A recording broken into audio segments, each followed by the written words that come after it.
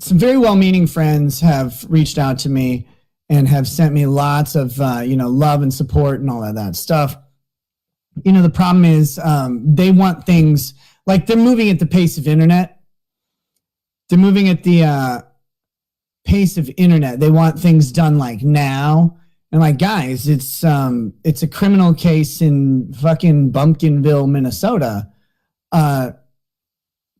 The prosecutor still has to like learn how to type. It's going to take a while. That's a joke. She knows how to type. I've worked with her before. She's very nice.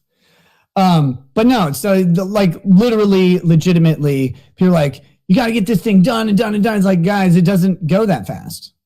It doesn't go that fast out here. It might in other jurisdictions or whatever. Out here, it doesn't. And really, there's a whole bunch of considerations that go into a case that affect the timeline. And I'm not in control of pretty much any of them. If you've never been charged with a felony,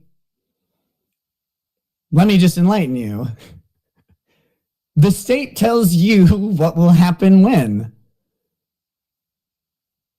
And that's about it. Again, I'm not going to sit and talk about the case.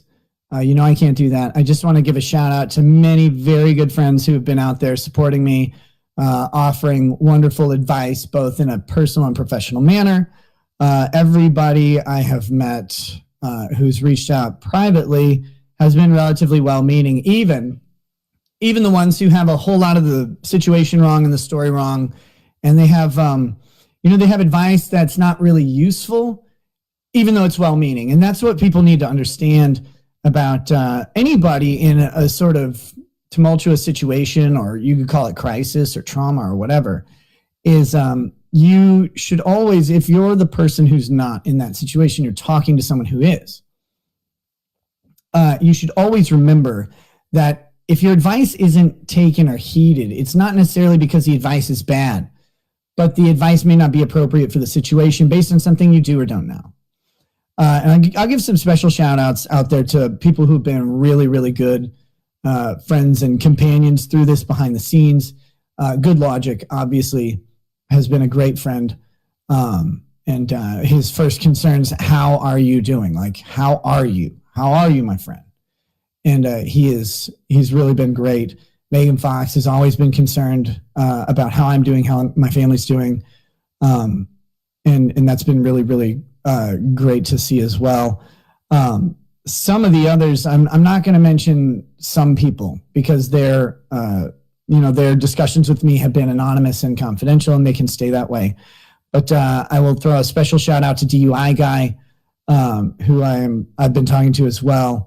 And he's made a very, very generous sort of offer towards me. Whether or not I take him up on that offer, it remains to be seen. But he's been nothing short of very, very fucking supportive and really, really earnest and genuine in that support. So obviously there's a ton of my other friends who are out there. They know who they are. I'm not going to put everybody on blast. Those three have been relentless.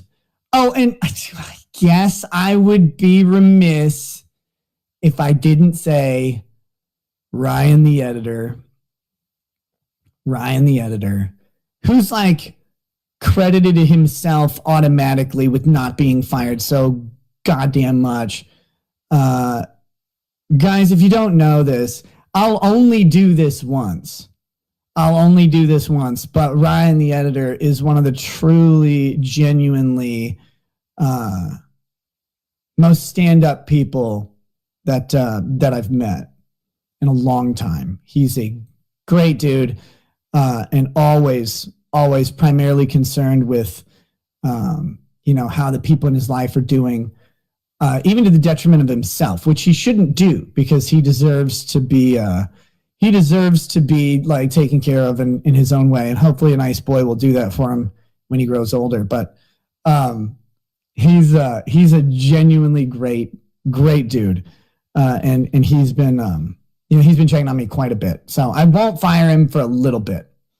Viva and Barnes have been very steadfast stand-up guys. Barnes' indignation about the circumstances of the search warrant are really interesting. I can't talk about arguments or legal strategy that I am taking or considering or whatever, but Barnes has some really interesting observations, and I think people can go watch. Look, I encourage you to watch whoever's analysis of whatever. There's some good analyses out there. There's some bad analyses out there, as always. I have watched basically zero of them. I've gotten summaries. I've seen clips and stuff like that. I don't have time to do it right now. It's crazy. Most of my free time right now is responding in some way to some messages from someone. And someone's always like, it's weird because you want to like just queue up messages and be like, okay, I'll get this one, then this one, and get them in order. But it doesn't work that way. What ends up happening is I suddenly have, a little bit of time to go ahead and tackle some social media communications. And what I find is I'm responding to the most recent one that has hit me at that time. And that's the best way, because the support and the concern has been pretty overwhelming, which is great. I also have to say, obviously, Camelot, my boy, is out there.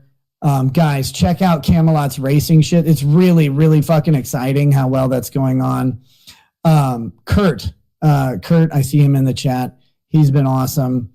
Really just a bunch of people have been great. I'm sorry if I missed someone. The people I talk to personally know who they are. So, oh shit! Lead attorney, obviously. Always forgetting the black guy. Lead attorney has been wonderful. And again, I haven't watched everybody's shows, and some people will send me a clip or something, or say, hey, so and so said something about you, and some people it's almost like they're concerned that someone might have said something negative at some stream somewhere. And guys, it's always been this way. People are allowed to have different opinions about me. They're allowed to make up their minds on whatever I don't want to say the evidence. That's getting a little fucking official here. Whatever the story that people know is, they're going to make decisions and judgments and assessments based on the story that they hear, right? That should be obvious.